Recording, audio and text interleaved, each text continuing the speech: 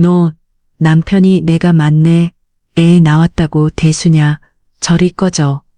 갑자기 남편 준호가 아내 소연의 뱃을 발로 찾았어요. 꽝. 아기를 안고 있던 소연은 비틀거리며 바닥에 넘어졌습니다. 그리고 곧바로 아기가 다치지 않았는지 살펴와요.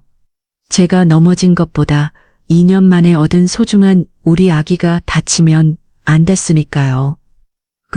아기가 무서워서 더욱 크게 울기 시작했습니다. 소연은 바닥에 주저앉은 채로 아이를 달랐어요. 배가 아파지만 아기가 다치지 않은 게 다행이었습니다. 그때 시어머니 이마일 순이 머리채를 잡으며 한마디를 했어요. 여자가 맞을 수도 있지. 너가 아내 노릇을 제대로 못해서 그런 거 아니야.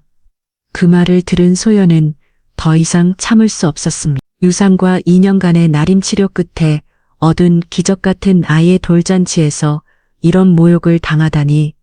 그 순간 소연은 시대의 긴 생을 완전히 개박살내는 복수를 하겠다고 다짐하는데, 영상 시작하기 전에 잠깐 무료 구독과 좋아요를 눌러주세요. 오늘 하루 행운이 찾아올 거예요. 그럼 오늘의 사연 시작합니다. 또 유산이라니. 삼면 8살 소연은 병원 복도의 차가운 의자에 앉아 있었어요. 손 안의 처음 파사지는 이미 구겨진 상태였습니다. 의사는 담담한 목소리로 말했어요. 이번에도 죄송합니다. 첫 번째 유산이었습니다. 소연의 눈에서 눈물이 흘러내렸어요. 옆에 앉은 남편 박준호는 어깨를 감싸며 위로했습니다. 괜찮아, 소연아, 우리 다시 시도해보자. 하지만 집으로 돌아가는 길은 너무나 조용했어요. 준비했던 아기용품들이 그대로 남아있는 방을 보며 소연은 무너져 내렸습니다. 왜 자신에게만 이런 일이 일어나는 걸까요? 주변 사람들은 쉽게 아이를 가지는데 왜 자신만 이렇게 힘든 걸까요? 그 후로 2년간 나림 치료가 시작되었습니다. 매일 아침 기초 체온을 재고 배란 주기를 체크했어요. 호르몬 주사를 만들라 온몸이 멍 들어갔습니다. 소연의 팔뚝은 주사 자국으로 파랗게 멍이 들어 있었어요. 소연아, 우리 이제 그만하자. 준호가 조심스럽게 말을 꺼냈습니다. 병원 비만 벌써 몇백만 원이 나갔어요.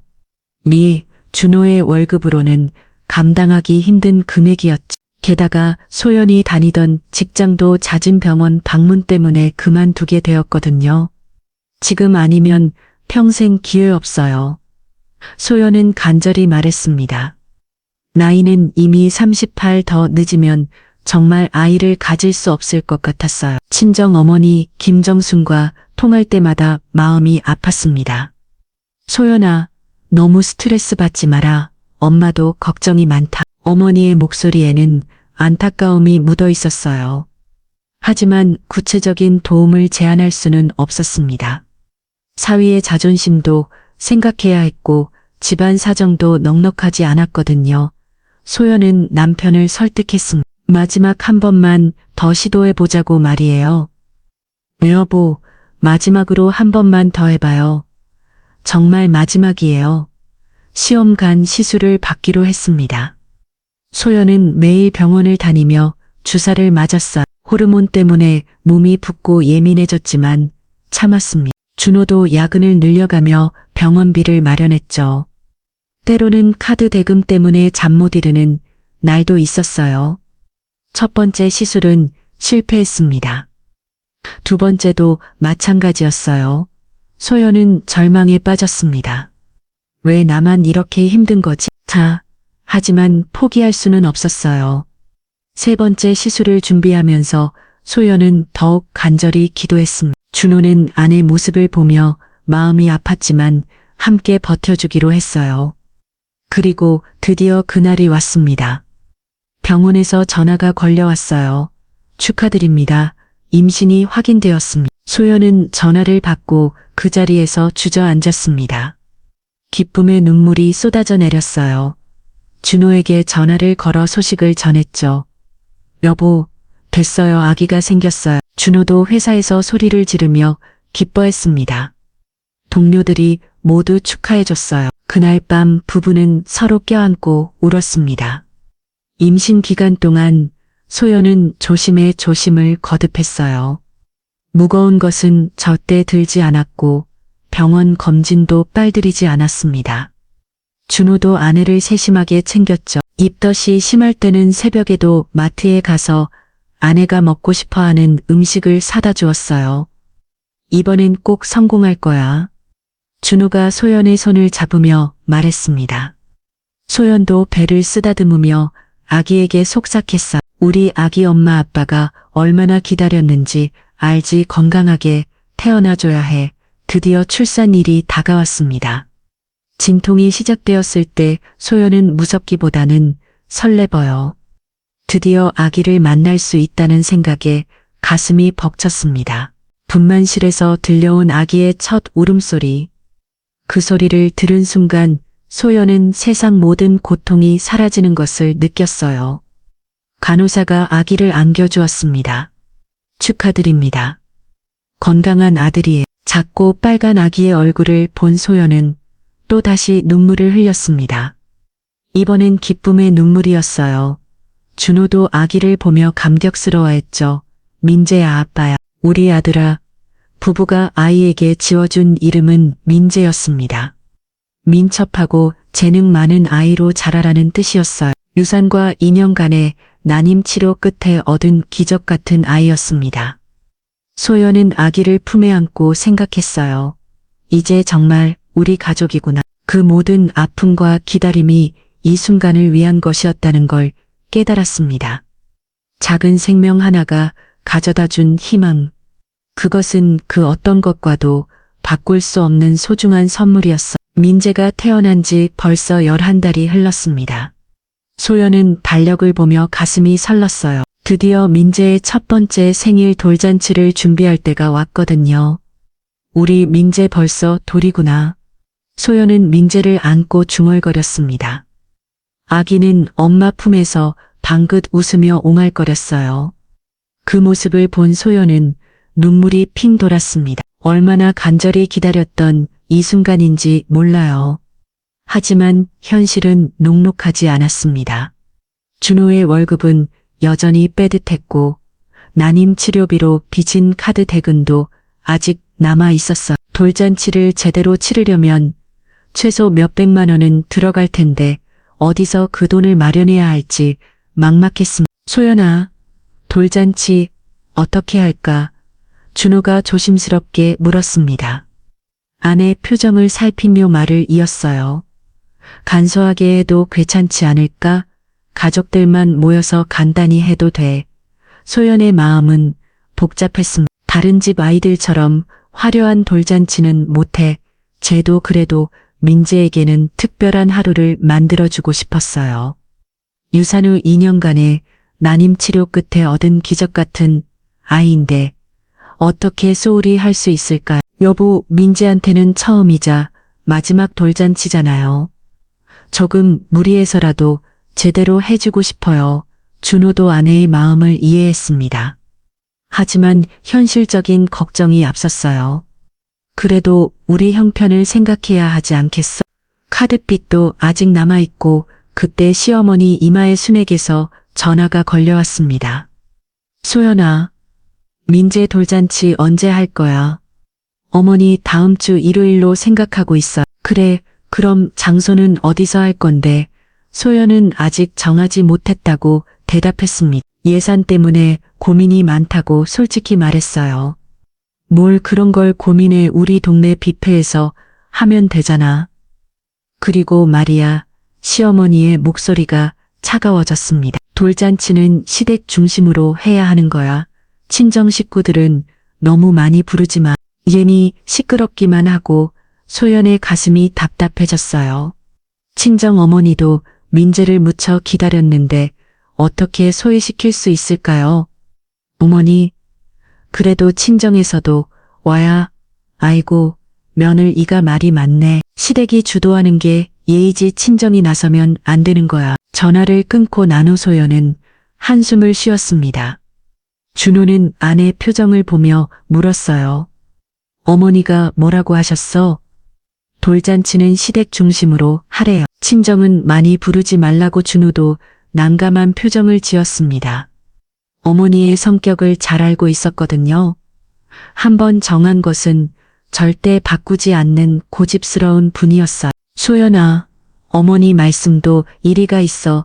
전통적으로는 시댁이 주도하는 게 맞으니까. 소연은 속상했지만 참았습니다. 민재를 위해서라도 가족 간의 갈등은 피하고 싶었어요. 그날 저녁 친정 어머니에게 전화를 걸었습니다. 엄마, 민재 돌잔치 다음 주 일요일이에요. 그래, 우리 민재 볼 서돌이구나. 어디서 해?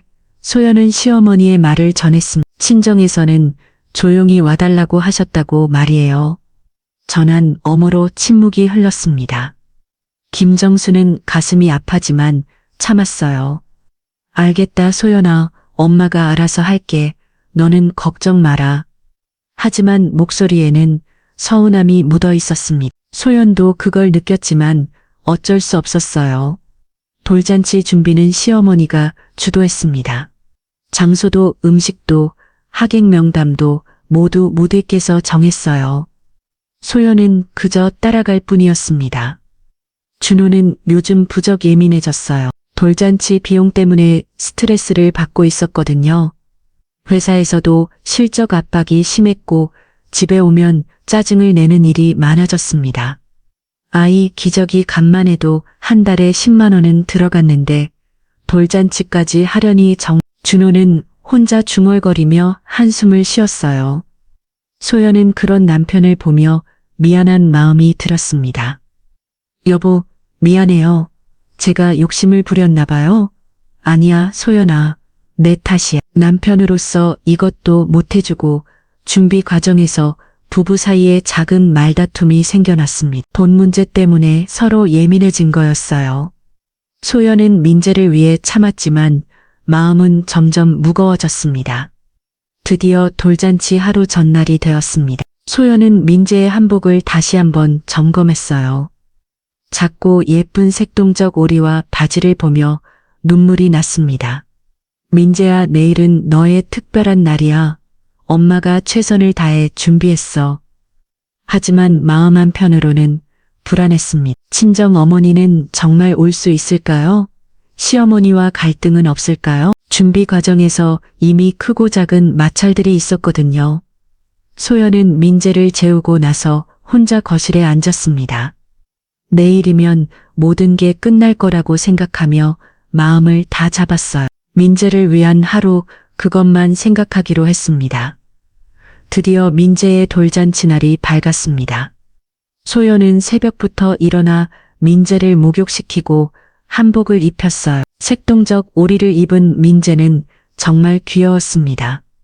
우리 민재 오늘 주인공이구나. 소연은 민재를 안고 거울 앞에 섰어요. 자신도 정성껏 화장을 하고 한복을 차려 입었습니다. 비록 예산은 넉넉하지 않았지만 오늘만큼은 민재에게 최고의 하루를 만들어주고 싶었어요. 준호도 정장을 차려입고 나왔습니다. 하지만 얼굴에는 피곤함이 역력했어요. 어젯밤에도 돌잔치 비용 걱정으로 잠을 제대로 이루지 못했거든요. 자, 그럼 출발하자. 가족들은 동네 뷔페로 향했습니다.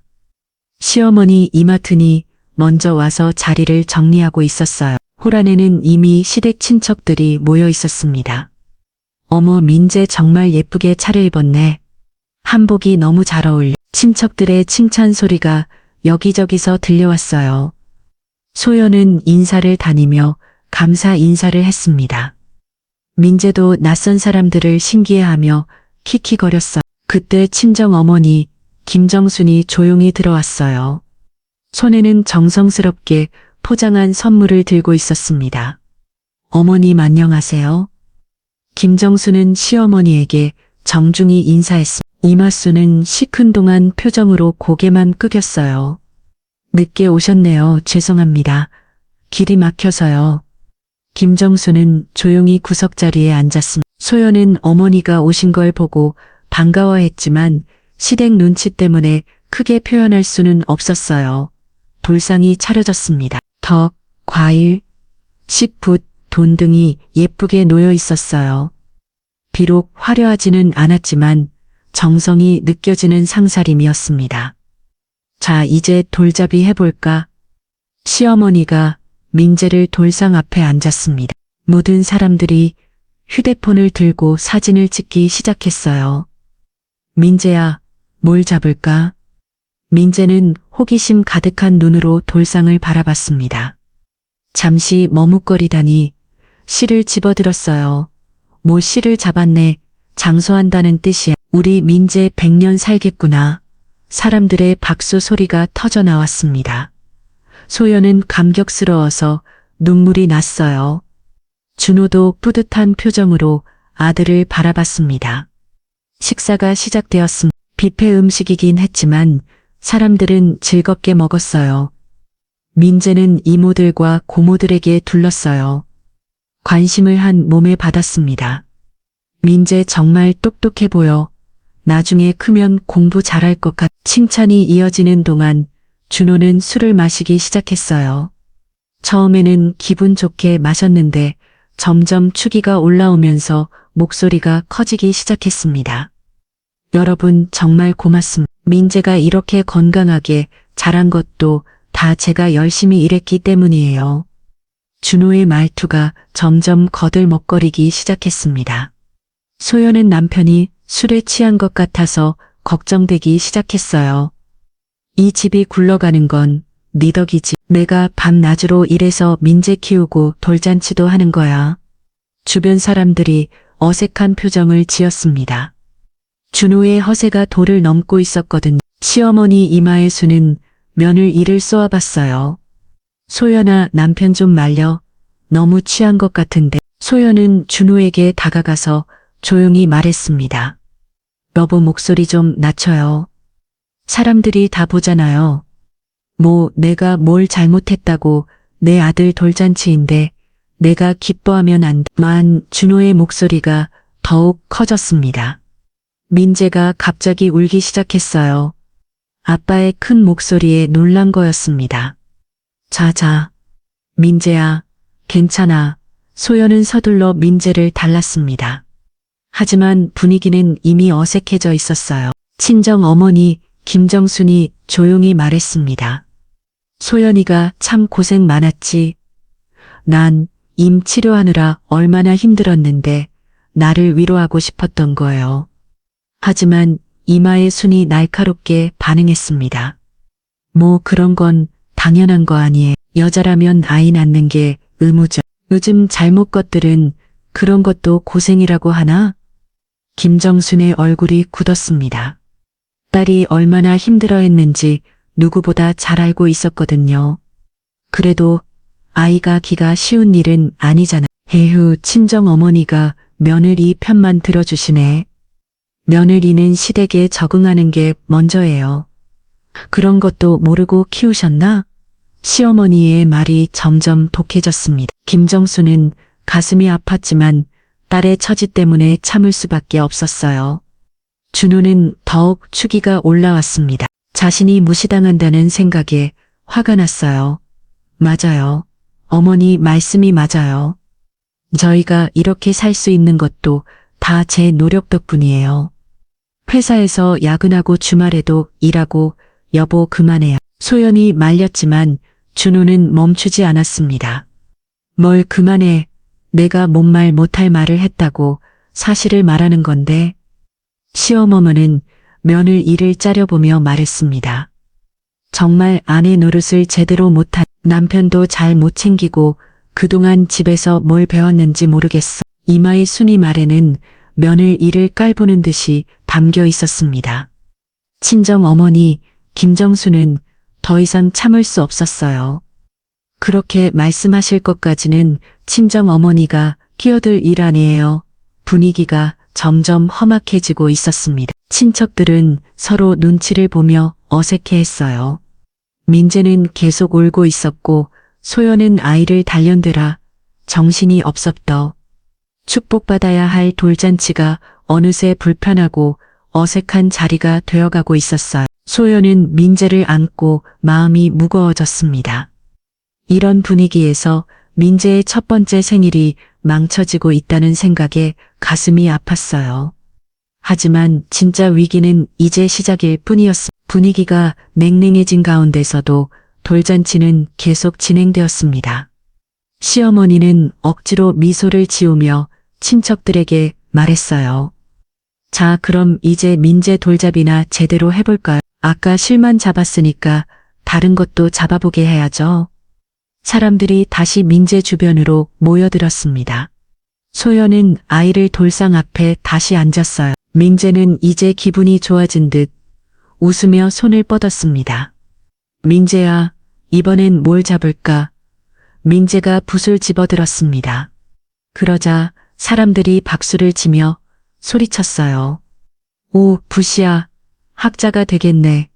우리 민재 공부 잘하겠구나. 분위기가 다시 한번 들뜨기 시작했습니다. 준호도 잠시 기분이 좋아져서 소리쳤어요. 역시 내 아들이야. 똑똑해. 사람들이 웃으며 박수를 쳤습니다. 사진도 많이 찍었어요. 소연은 잠시나마 마음이 편해졌습니다. 민재의 환한 웃음을 보니 앞서 있었던 불쾌한 일들이 조금 잊혀지는 것 같았어요. 하지만 준호는 계속 술을 마시고 있었습니다. 기분이 좋아진 김에 더욱 많이 마셨어요. 추기가 더욱 올라오면서 말과 행동이 거칠어지기 시작했습니다. 여러분, 건배합시다. 우리 민재의 밝은 미래를 위해서 준호가 잔을 높이 들었습니다.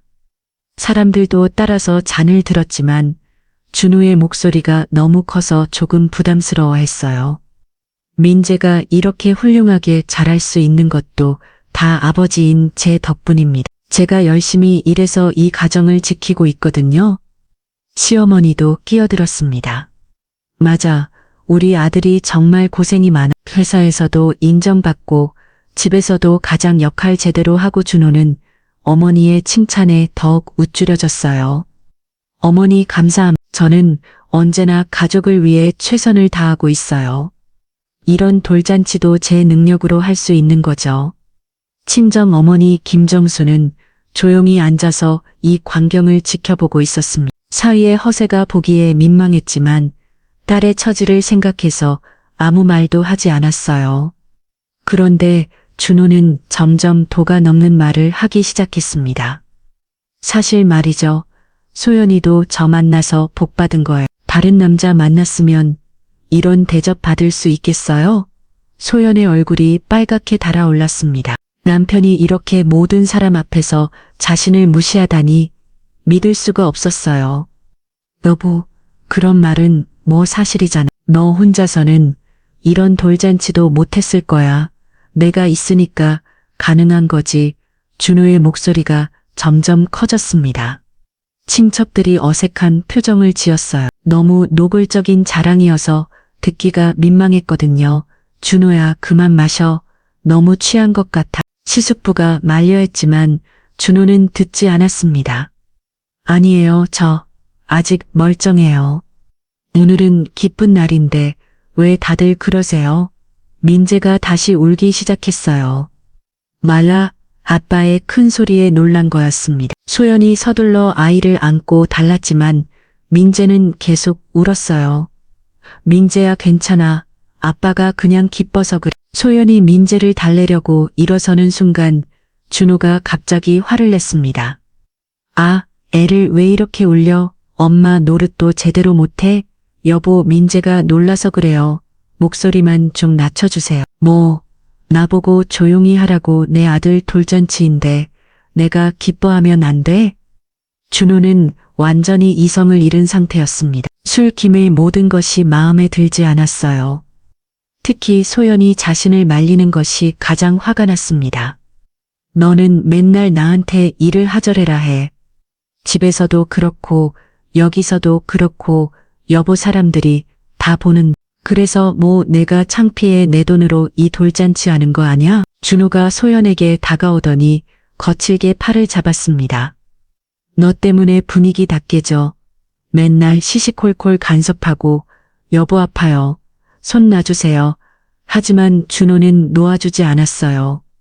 오히려 더 세게 잡았습니다. 그러더니 갑자기 소연의 배를 발로 찾았어요. 소연이 비틀거리며 넘어졌습니다. 품에 안고 있던 민재가 바닥에 떨어질 뻔했지만 다행히 소연이 아이들은 꼭 감쌌어요. 잔치장이 순간 정적에 빠졌습니다. 모든 사람들이 충격에 빠져서 아무 말도 하지 못했어요. 준호가 정말로 부인을 발로 참고였습니다. 그것도 아이의 돌잔치에서 말이에요. 의왕. 민재가 무서워서 더욱 크게 울기 시작했습니다. 소연은 바닥에 주저앉은 채로 아이를 달랐어요. 배가 아파지만 민재가 다치지 않은 게 다행이었습니다. 친정어머니 김정순이 깜짝 놀라서 일어났어요. 이게 무슨 짓이에요? 어떻게 부인을 때릴 수가 있어요? 하지만 더 충격적인 일이 벌어졌습니다. 그때 시어머니 이마에 순이 머리채를 잡으며 한마디를 했어요. 여자는 맞을 수도 있지. 너가 남편 기분 망치게 해서 그런 거야. 김정수는 귀를 의심했습니다. 정숙은 머리에 가지겠으하니 두연에 다 비겨 멍치게 해서 그런 거야. 김정수는 귀를 의심했습니다. 정수, 지금 소연이가 맞았는데 맞을 짓을 했으니까 맞은 거죠. 남편이 기뻐하는데 왜 자꾸 말려요. 며느리 이 주제에 이마의 순이의 말에 김정수는 분노가 치밀어 올랐습니다. 하지만 이곳은 시댁이고 친척들이 둘이 보고 있었어요. 함부로 말할 수 없었습니다. 소연은 바닥에 앉은 채로 눈물을 흘리고 있었어요. 배는 아팠지만 그보다 더 아픈 건 마음이었습니다. 민재의 돌잔치가 이렇게 망쳐진다니요. 친척들은 모두 당황해서 어쩔 줄 몰랐습니다. 어떤 사람은 고개를 돌렸고 어떤 사람은 휴대폰만 만지작거렸어요. 아무도 소연을 도와주려고 하지 않았습니다. 준호는 자신이 뭘 했는지도 제대로 모르는 상태였어요. 술에 완전히 취해 있었거든요. 뭘 그렇게 쳐다봐 별일 아니잖아. 김정순이 더 이상 참을 수 없어서 소연에게 다가갔습니다. 소연아, 괜찮아. 어디 다친 데 없어? 엄마 괜찮아요. 소연은 엄마 앞에서 울음을 참으려고 했지만 눈물이 계속 흘러내렸습니다. 김정수는 딸과 손자를 부축해서 이르겼어요. 우리 이제 가자 어머니. 아직 잔치가 끝내지 않았는데 됐어 소연아. 엄마가 다 봤어. 김정수는 시어머니를 노려보며 말했습니다. 이런 식으로 하실 거라면 저희는 가보겠습니다. 이말수는 빈정거리며 대답했어요. 그러시던지 어차피 친정은 손님일 뿐이니까 김정수는 화가 났지만 참았어. 대신 소연과 민재를 데리고 조용히 자리를 떠났어요. 잔치장에는 어색한 침묵만 흘렀습니다. 축복받아야 민재의 돌잔치가 최악의 상황으로 끝나버린 거였습니다. 돌잔치가 끝나고 집으로 돌아온 소연은 민재를 재우고 거실에 혼자 앉았습니다. 배가 아직도 아팠지만 그보다 더 아픈 건 마음이었어요. 오늘 일어난 일이 꿈만 같았습니다. 준호는 술이 덜 깬 채로 집에 들어왔어요. 비틀거리며 소파에 털서 간이 소연을 노려봤습니다. 단어 때문이야. 왜 사람들 앞에서 나를 창피하게 만들어. 소연은 믿을 수 없었어요. 자신을 발로 찬 건 준호인데 오히려 자신을 탓하고 있었습니다. 여보, 제가 뭘 잘못했는데요. 민재가 울어서 달래려고 했을 뿐인데 그게 잘못이야. 남편이 기뻐하고 있는데 왜 분위기를 깨. 너 때문에 친척들 앞에서 망신당했어. 준호의 목소리가 다시 커졌습니다. 소연은 민재가 깰까봐 조용히 해달라고 말했지만 준호는 듣지 않았어요. 조용히 하라고. 내가 내 집에서 왜 조용히 해야 해? 그러더니 갑자기 소연에게 다가와서 손찌검을 했습니다. 소연의 삶이 붉어졌어요. 낮에 발길질에 이어 이번에는 삶까지 맞은 거였습니다. 으악 민재가 깨서 울기 시작했어요.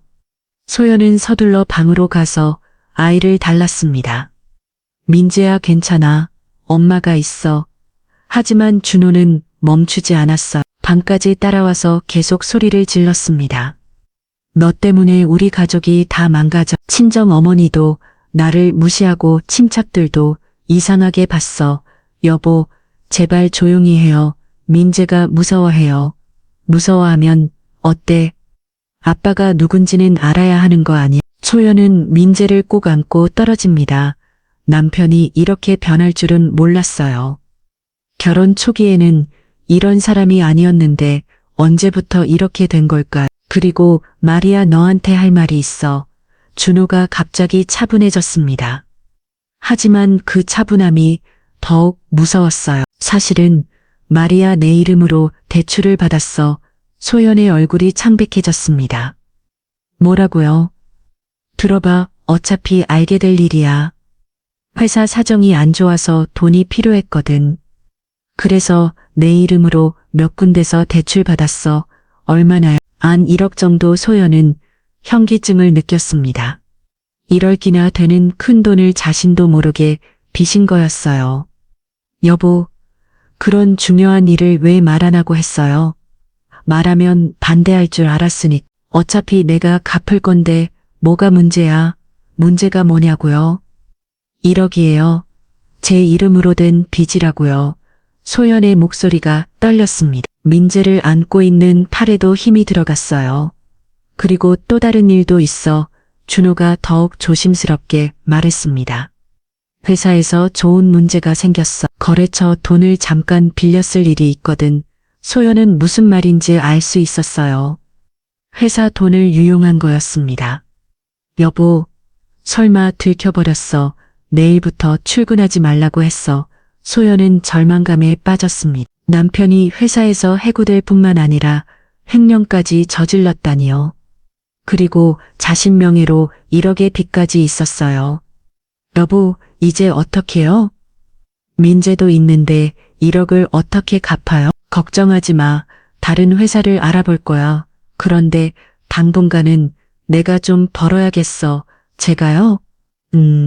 너도 이럴 때가 됐잖아. 민재 어린이집에 맡기고 나가서 일해. 소연은 어이가 없었어요. 자신을 때리고 1억의 빚까지 만들어 놓고는 이제 자신도록 일하라고 한다네요.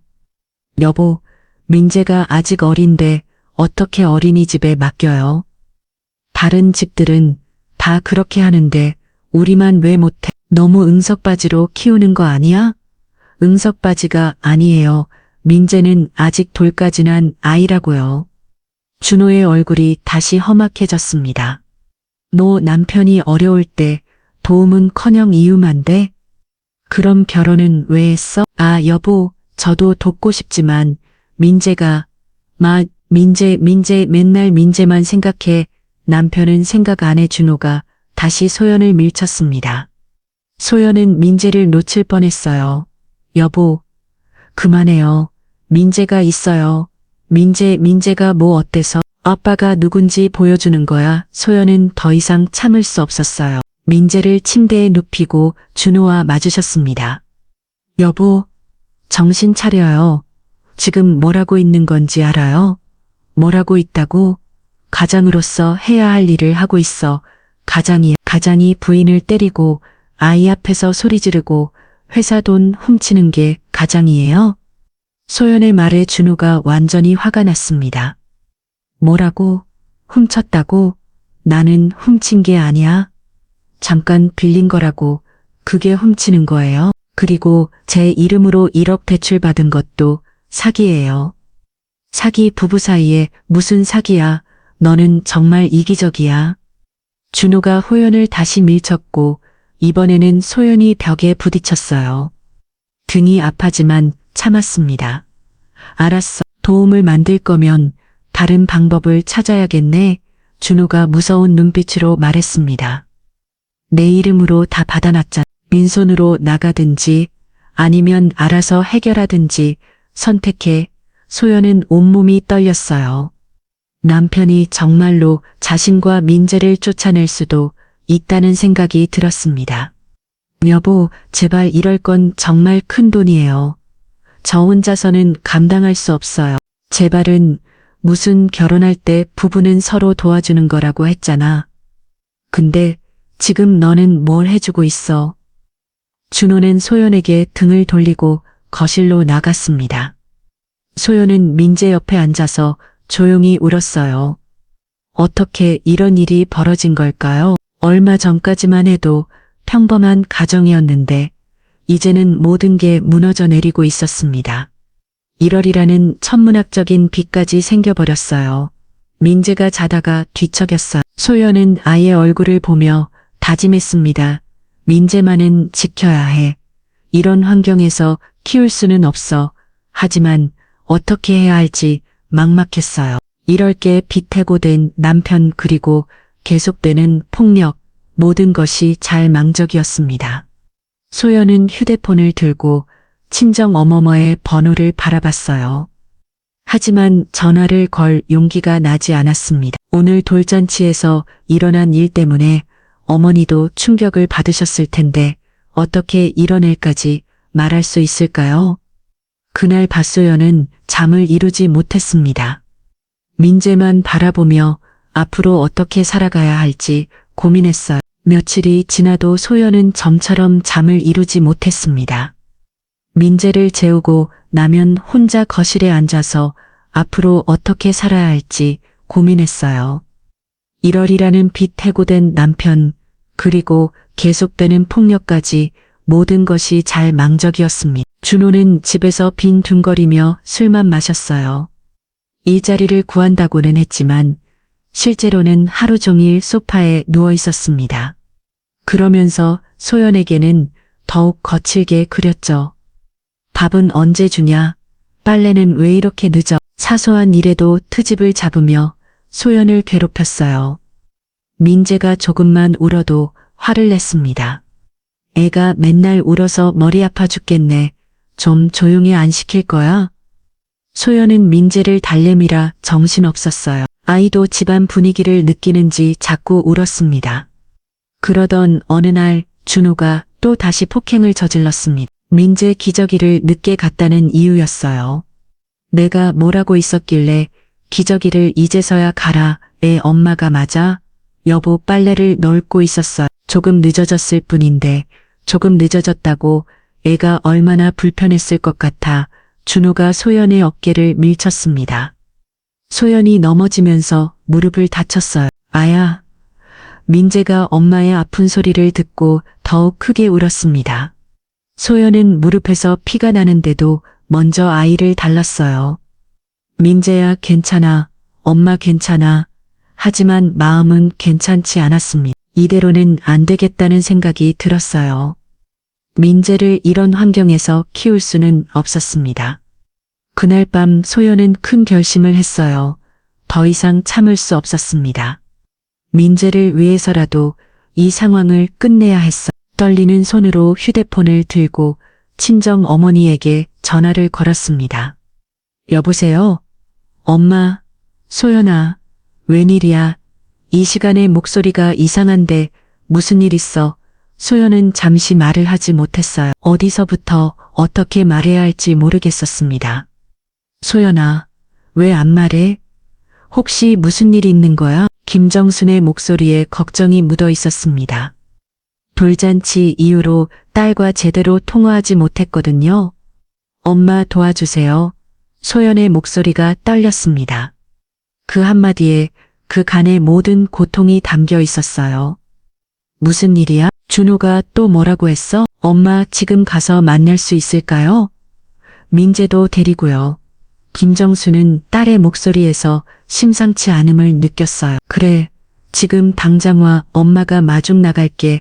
1시간 후 소연은 민재를 안고 친정으로 향했습니다. 준호는 술에 취해 잠들어 있었어. 소연은 조용히 짐을 챙겨서 집을 나왔습니다. 친정에 도착하자마자 김정수는 딸을 끌어안았어요. 우리 소연이 많이 힘들었지. 소연은 어머니 품에서 펑펑 울었습니다. 그 간 참아왔던 눈물이 터져 나왔어요. 엄마, 저 정말 힘들어요. 김정수는 딸의 상처를 보고 깜짝 놀랐습니다. 무릎에 상처가 있었고 팔에도 멍이 들어 있었어요. 소연아, 이게 뭐야? 누가 이렇게 다치게 했어? 소연은 모든 것을 털어놓았습니다. 돌잔치에서 일어난 일부터 시작해서 이럴 게 빚 준호의 해고, 그리고 계속되는 폭력까지 모든 걸 말했어요. 김정수는 들으면서 분노가 치매로 올랐습니다. 사위가 이렇게까지 딸을 괴롭혔다니 믿을 수 없었어요. 1월이라고 소연이 이름으로 제가 아무것도 몰랐는데 신용카드랑 대출을 다 제 이름으로 받았더라고요. 그 못된 놈이 어떻게 그런 일을. 김정수는 화가 났지만 우선 딸부터 돌봐야 했어요. 소연아, 이제 됐어. 엄마가 다 해결해 줄게. 엄마, 어떻게 해결해요? 1월개나 되는 돈인데 우리 형편에 그런 큰 돈을 어떻게. 소연은 잘 망적이었습니다. 친정도 그렇게 넉넉하지 않다고 생각했거든요. 그때 김정순이 딸을 보며 조용히 말했습니다. 소연아, 엄마가 사실 너한테 숨긴 게 있어. 소연은 어머니를 바라봤어. 너, 아빠 사업이 생각보다 많이 잘 되고 있어. 소연은 놀랐습니다. 아버지가 사업을 하고 있다는 건 알고 있었지만 구체적으로 어떤 사업인지는 몰랐거든요. 상가 건물 몇 개 하고 물류 사업도 하시고 있어. 그리고 임대업도 하시고. 김정수는 계속 설명했습니다. 아빠가 너 어릴 때부터 차근차근 키워오신 거야. 그런데 엄마가 너한테 말 안 했어. 괜히 의존하게 될까 봐서. 소연은 충격을 받았어요. 아버지가 그렇게 큰 사업을 하고 있을 줄은 몰랐습니다. 엄마, 그럼 1억 정도는 문제 없어. 그리고 변호사도 붙여줄 거야. 회계사도 같이. 김정순의 목소리가 단단해졌습니다. 아빠가 그동안 조용히 준비해 오신 거야. 혹시라도 너희들에게 어려운 일이 생기면 도와주려고. 소연은 눈물이 났어요. 부모님이 그렇게 자신을 생각해주고 있었다니 고마웠습니다. 이제 증거를 모아야. 폭행 사실, 대출 서류 모든 걸 다 정리해서 법적으로 대응할 거야. 소연은 어머니의 말에 희망이 생겼어요. 하지만 동시에 걱정도 되었습니다. 엄마, 그럼 이혼하는 거예요? 그게 최선이겠지? 그런 남자와 같이 살 수는 없잖아. 김정수는 딸의 손을 꼭 잡았습니다. 소연아, 엄마 아빠가 옆에 있으니까 걱정 마. 민재도 잘 키울 수 있어. 그날 밤부터 김정수는 바로 움직이기 시작했습니다. 단골 변호사에게 연락해서 상황을 설명했어요. 폭행 사실은 병원에서 진단서 받아두고 대출 서류들도 모두 복사해서 보관해야 합니다. 변호사가 조언했습니다. 그리고 가능하면 폭행 장면이나 폭언을 녹음해 두시는 게 좋겠어요. 김정수는 딸에게 모든 걸 설명해 줬어요. 소연아, 이제부터 준비해야 해. 쉽지 않겠지만 민재를 위해서라도 해야 하는 일이야. 소연은 고개를 끄덕였습니다. 드디어 이 악몽에서 벗어날 방법이 생긴 거였어요. 엄마 고마워요. 제가 혼자였으면 어떻게 했을지. 뭘 고맙기까지 해. 엄마가 당연히 해야 할 일이야. 김정수는 손자 민재를 안아보며 말했습니다. 우리 민재는 이제 걱정 없이 클 거야. 할머니가 지켜줄게. 소연은 처음으로 마음이 편해졌습니다. 물론 앞으로도 힘든 일들이 기다리고 있겠지만 이제 혼자가 아니었어요. 부모님이 옆에 있었고 전문가들의 도움도 받을 수 있었습니다. 다음 날부터 본격적인 준비가 시작되었습니다. 변호사와 회계사를 만나서 구체적인 계획을 세웠어요. 모든 증거를 수집하고 법적 대응을 준비했습니다. 소연은 이제 각성한 상태였어요. 더 이상 당하고만 있지 않기로 결심했습니다. 민재를 위해서라도 강해져야 했으니까요. 한 달 후 드디어 법정에 서는 날이 왔습니다. 소연은 검은색 정장을 입고 변호사와 함께 법원으로 향했어요. 손에는 그간 모아온 모든 증거 서류가 들어 있었습니다. 소연 씨, 긴장하지 마세요. 우리가 충분히 준비했으니까. 변호사가 안심시켰지만 소연의 가슴은 두근거렸어요. 준호와 마주 앉아서 모든 걸 밝혀야 하는 순간이 왔거든요. 법정에 들어가자 준호가 앉아 있었습니다. 한 달 사이에 야이 초라해진 모습이었어요. 옆에는 국선 변호사가 앉아 있었습니다. 판사가 들어오면서 재판이 시작되었어요. 이혼 및 손해배상 청구 사건을 시작하겠습니다. 원고 측부터 주장하시기 바랍니다. 소연의 변호사가 일어섰습니다. 존경하는 판사님, 이 사건은 피고가 원고에게 가한 지속적인 가정폭력과 사기 그리고 횡령에 관한 사건입니다. 변호사는 차근차근 설명했어요. 피고는 원고의 동의 없이 원고 명의로 1억 원의 대출을 받았으며 회사 자금을 유용하여 해고되었습니다. 또한 원고의 돌잔치에서 공개적으로 폭행을 저질렀습니다. 첫 번째 증거를 제시하겠습니다. 변호사가 영상을 틀었어요. 돌잔치 당일의 영상이었습니다. 누군가가 휴대폰으로 촬영한 것이었어. 너 남편인 내가 만만해.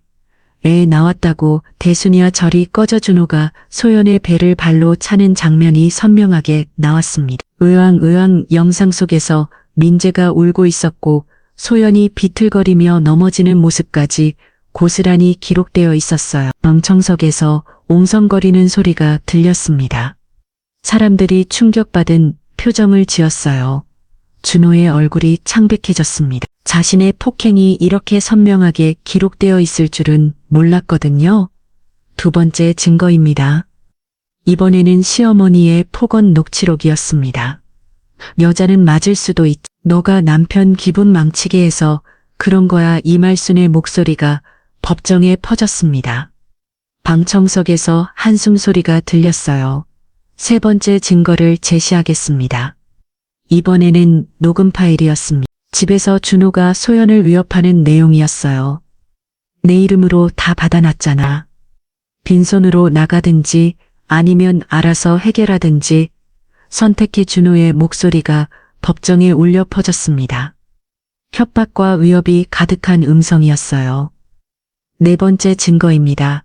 이번에는 대출 서류들이 제시되었어요. 피고는 원고의 동의 없이 원고 명의로 총 1억 원의 대출을 받았습니다. 이는 명백한 문서 위조지에 해당합니다. 서류들이 하나씩 공개될 때마다 준호는 점점 작아졌어요. 변명할 여지가 전혀 없었습니다. 한편 김정수는 법정 밖에서 바쁘게 움직이고 있었습니다. 딸을 위한 완벽한 복수를 준비하고 있었어요. 사장님 돌잔치 폭행 영상을 시대기사는 아파트 관리사무소 게시판에 붙여주세요.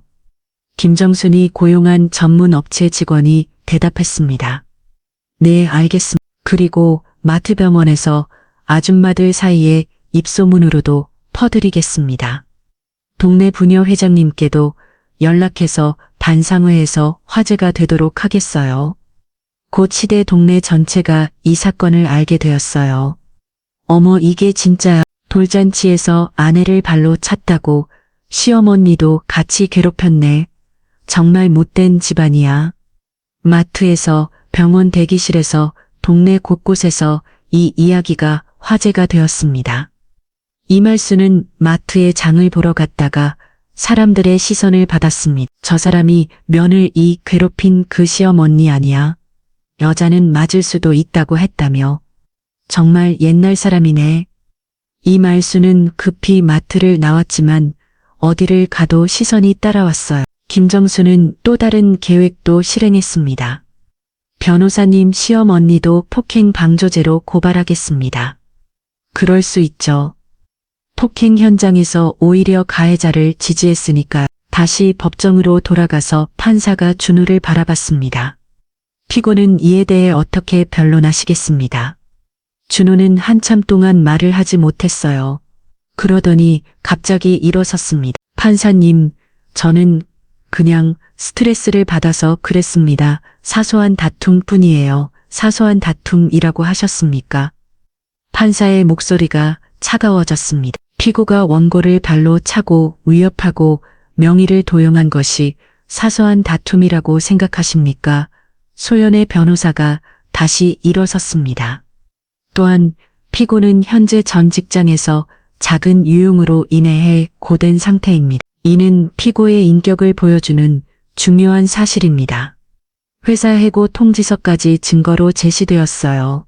준호는 완전히 궁지에 몰렸습니다. 방청석에서 웅성거리는 소리가 더 커졌어요. 친정이 부자라잖아. 이 집안 끝났네. 돌잔치에서 아내를 발로 찼다고 정말 못된 놈인. 네, 사람들의 수근거림이 들렸습니다. 준호는 고개를 들 수가 없었어요. 판사가 최종 판결을 내렸습니다. 일본 재판부는 제출된 모든 증거를 검토한 결과 피고의 행위는 명백한 가정폭력이며 명의 도용을 통한 사기죄에 해당한다고 판단합니다. 판사의 목소리가 법정에 울려 퍼졌습니다. 따라서 피고는 유책 배우자로 인정되며 친권과 양육권은 모두 원고에게 귀속됩니다. 소연은 가슴이 뛰었어요. 드디어 민재를 지킬 수 있게 된 거였습니다. 의자료는 5천만 원으로 결정하며 원고 명의로 발생한 1억 원의 부치는 모두 피고가 책임져야 합니다. 준호는 완전히 절망했어요. 이럴 게 비주얼 혼자서 감당해야 하는 상황이 된 거였습니다. 재판이 끝나고 나서 소연은 변호사와 함께 법원을 나왔어요. 가슴이 후련했습니다. 축하드립니다. 소연 씨 완벽한 승리였어요. 변호사가 웃으며 말했습니다. 밖에서 기다리고 있던 김정순이 달려와서 소연을 끌어안았어요. 우리 소연이 정말 잘했어. 이제 시작이야. 김정순의 눈에는 결의가 서려 있었습니다. 딸을 괴롭힌 시대가 완전히 무너뜨린 계획이 차근차근 진행되고 있었어요. 재판이 끝났지 1년이 지났습니다. 소연은 친정 부모님의 도움으로 새로운 집에서 민재와 함께 평온한 생활을 하고 있었어요. 아버지의 사업이 생각보다 크다는 걸 알게 된 소연은 경제적 걱정 없이 민재를 키울 수 있게 되었습니다. 민재야, 이리 와봐. 할머니가 새 옷 사줬어. 김정수는 손자를 무척 예뻤었어요. 그동안 힘들게 지낸 소연과 민재를 위해 최선을 다해 돌봐주었습니다. 민재는 이제 2살이 되어서 말도 조금씩 할 수 있게 되었어요. 엄마, 할미 민재야, 소연과 할머니를 부르며 웃었습니다. 예전처럼 무서워하거나 자주 우는 일도 없어졌어요. 평온한 환경에서 자라니 아이도 훨씬 밝아졌습니다. 네, 한편 준호의 상황은 정반되었습니다. 재판에서 진 후 1억 원의 빚을 혼자 떠왔던 게 되었어요. 직장에서 해고된 후 새 일자리를 구하려고 했지만 환경 전력 때문에 어디서도 받아주지 않았습니다. 죄송합니다. 저희는 그런 경력이 있는 분은 면접에서 범범이 떨어졌어요. 게다가 김정순이 뒤에서 은밀하게 압력을 넣고 있었거든요. 아버지의 사업 인맥을 활용해서 준호가 재취업하지 못하도록 방해하고 있었습니다. 차장님, 박준호라는 사람 혹시 면접 보러 왔나요? 그 사람은 절대 뽑으시면 안 됩니다. 김정순의 지시를 받은 사람들이 각 회사에 미리 연락을 돌렸어요. 준호는 왜 자꾸 떨어지는지도 모른 채 절망하고 있었습니다. 시어머니 이마의 순위 상황은 더욱 비참했습니다. 김정순의 치밀한 계획으로 동네에서 완전히 매장당했어요. 마마에 가면 사람들이 수근거렸습니다. 저 할머니가 며느리 괴롭힌 그 사람이야. 여자는 맞을 수도 있다고 했다며 정말 못된 시어머니네. 병원에 가도 마찬가지였어요. 대기실에서 사람들의 시선이 따가웠습니다. 며느리 머리채 잡았다면서 아이 돌잔치에서 그런 짓을 하다니 이마의 수는 어디를 가도 손가락질을 받았어요. 동네 부녀회에서도 완전히 왕디가 되었습니다. 이마의 순 씨는 이번 반상에 오지 마세요. 부녀회장이 차갑게 말했어요. 임정순이 미리 부녀회장에게 연락해서 이마의 순을 배제하도록 부탁했거든요. 친척들도 모두 등을 돌렸습니다. 명절이 되어도 아무도 이마의 순을 부르지 않았어요. 우리 집안 체면이 다 구겨졌어. 이마의 순 때문에 며느리를 저렇게 괴롭히더니 결국 이 꼴이 났지. 시댁 친척들은 이마의 순을 원망했습니다. 김정순이 친척 어른들에게 돌잔치 영상을 보여주면서 분노를 키웠거든요. 김정순의 복수는 여기서 끝나지 않았어요. 시어머니를 폭행 방조죄로 고발까지 했습니다. 이마의 순씨 법원에 출석하셔야 합니다. 경찰이 찾아왔을 때 이마의 수는 충격을 받았어요. 자신이 범죄자 취급을 받게 될 줄은 몰랐거든요. 제가 뭘 잘못했다고 폭행 현장에서 가해자를 지지하고 피해자를 더욱 괴롭혔다는 혐의입니다. 이마의 수는 벌금까지 물게 되었어요.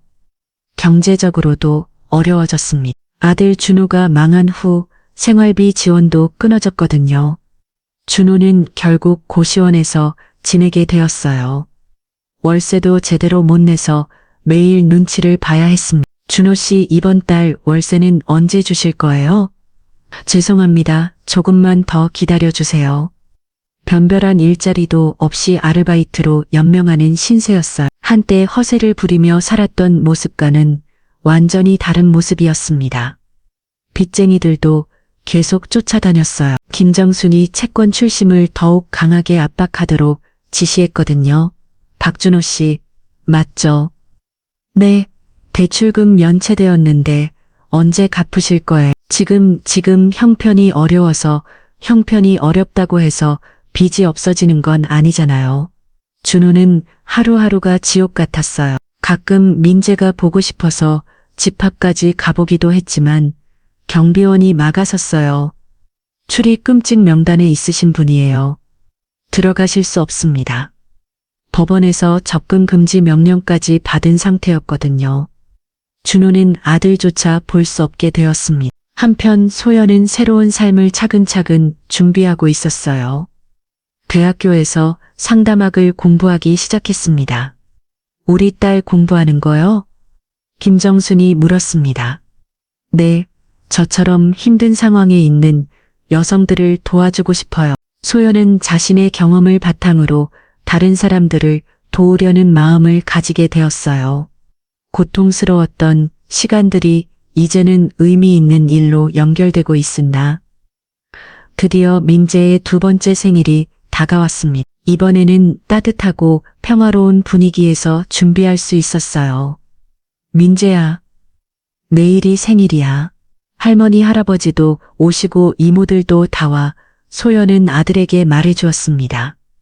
민재는 기쁘게 박수를 쳤어요. 케이크, 아이의 밝은 웃음소리가 집안에 울려 퍼졌습니다. 생일 당일 친정 가족들이 모두 모였어요.